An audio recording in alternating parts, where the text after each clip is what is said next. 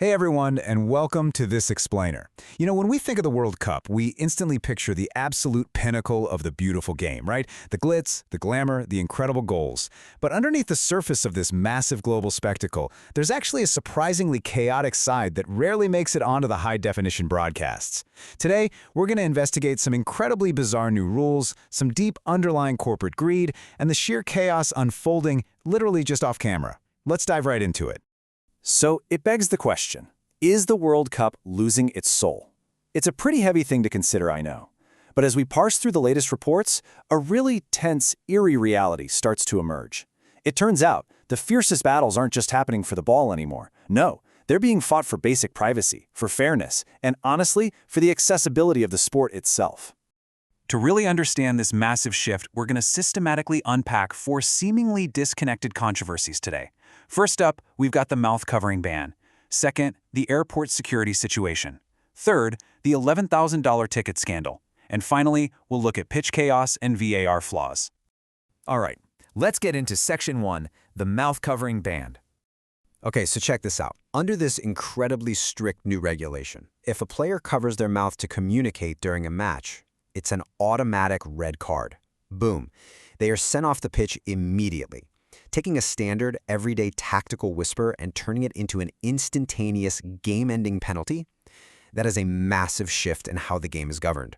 I mean, it almost sounds like a bizarre joke at first, but it is dead serious. And the disconnect here between the rule makers and the athletes is just massive. On one hand, you have FIFA, who justifies this extreme rule by claiming, it ensures transparency and puts a stop to hidden verbal abuse. But from the player's perspective, they're arguing it's a total loss of basic privacy and completely destroys vital tactical secrecy. I mean, how are you supposed to plan a tricky free kick if lip readers sitting at home can catch every single word you're saying? Moving off the pitch, let's look at Section 2, the airport disrespect.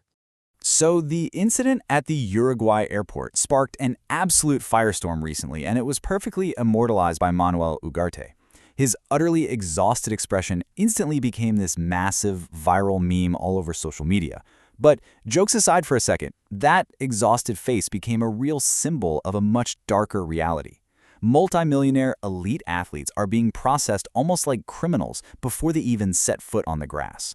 What we're actually seeing here is a crackdown, an enforcement of elite, super strict national security protocols at these airports.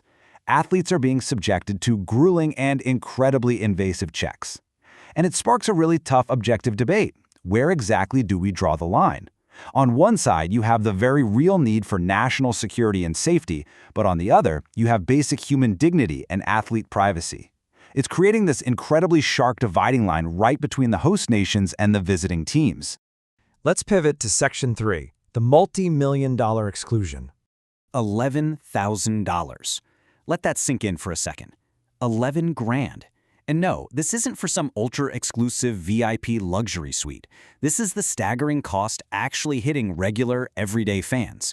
For a sport that was literally built from the ground up by the working class, seeing a number like that feels way less like an admission fee and a lot more like a total lockout. So how on earth did it get this insanely expensive? Well, you can blame something called the dynamic pricing algorithm.